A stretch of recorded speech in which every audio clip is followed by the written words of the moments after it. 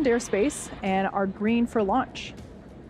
Now, if for some reason we don't get to launch today, we do have a backup opportunity on February 5th at 12:58 a.m. Eastern Time.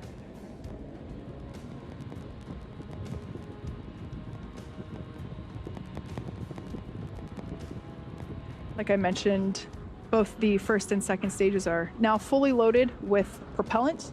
The white cloud that you see venting there is just... Stage 2 LOX load complete.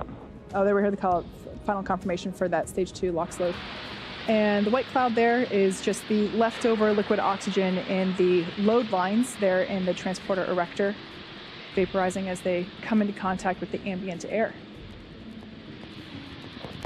In just a few seconds, Falcon 9 will be in startup, and the first and second stages will begin to pressurize for launch.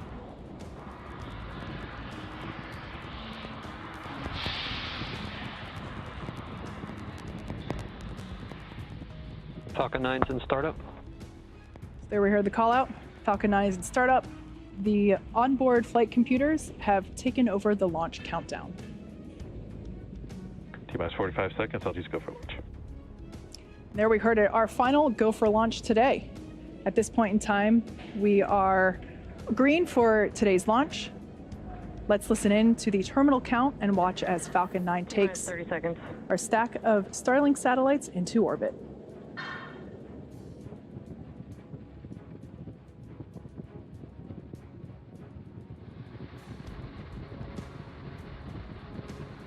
T-minus 15 seconds.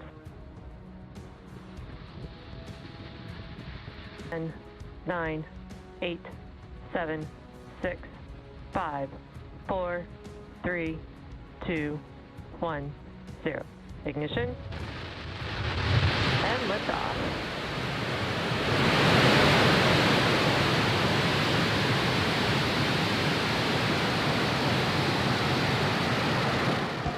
Vehicle is pitching downrange. Stage 1 chamber pressure is nominal.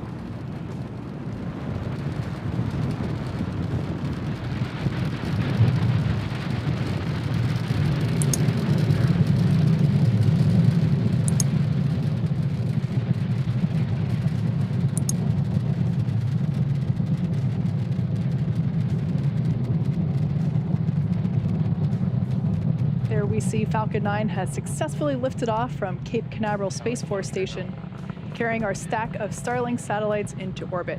There we just heard that power and telemetry are all nominal. We're going to throttle the engines down in preparation for max Q. And this is the largest structural load that the vehicle will see during ascent, so slowing the vehicle down a little helps during that short period. Max Q coming up here in just a couple of seconds.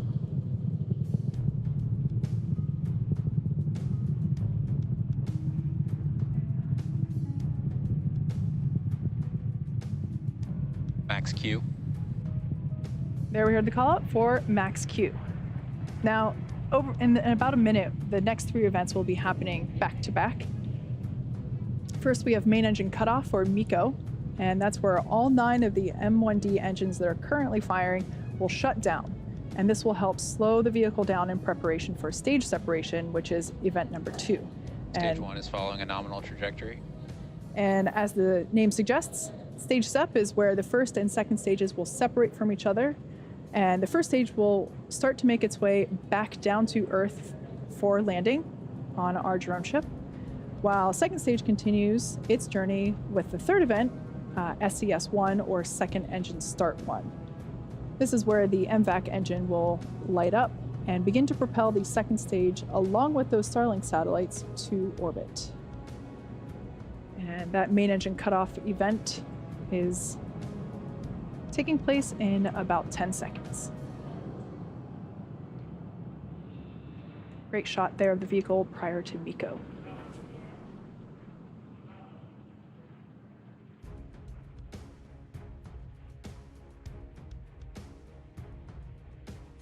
Main engine cutoff. Stage separation confirmed.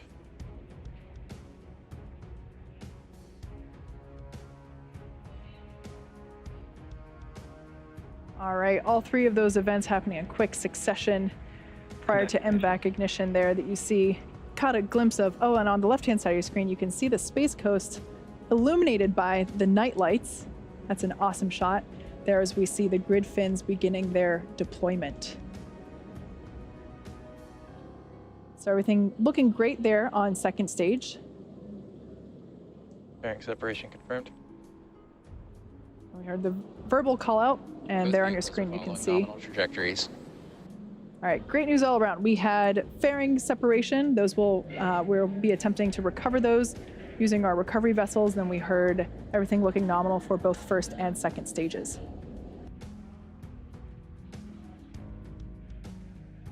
Stage 1, entry burn startup. All right, so this 20-second burn has just begun. And you can see that there on the left-hand side of your screen.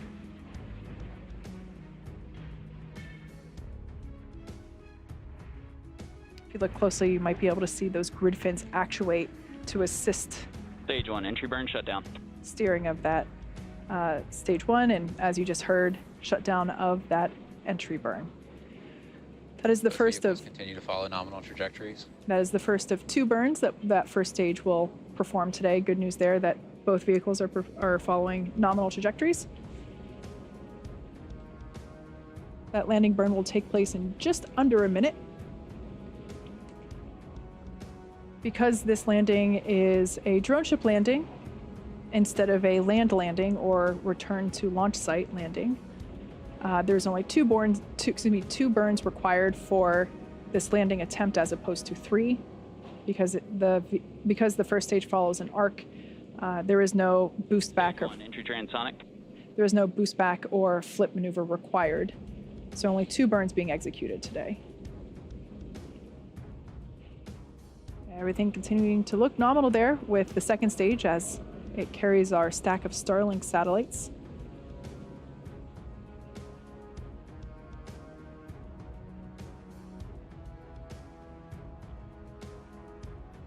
And that landing burn out. There we have a shot of the drone ship holding position in the Atlantic Stage Ocean. 1, landing burn startup. And there we can see the lights beginning to illuminate the platform and the waters around.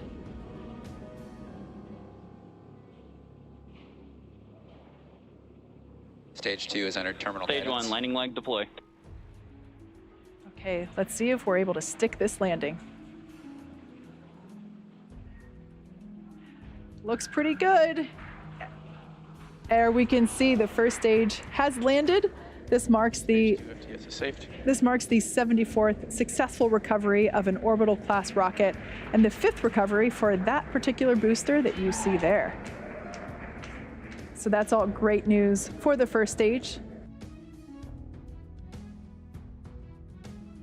Welcome back once again for our webcast this morning. We had an on-time liftoff from Space Launch Complex 40 and first stage landing on our drone ship. At this point, second stage has completed its 2 MVAC burns, and we're now coming up on deployment of our Starlink satellites. That should be happening here just momentarily.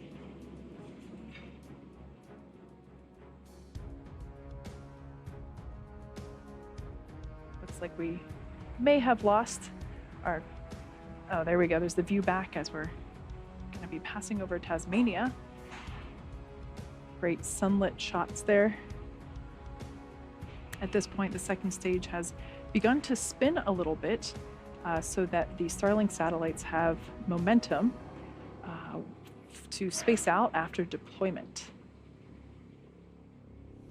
You can actually see that spin if you look there on your screen.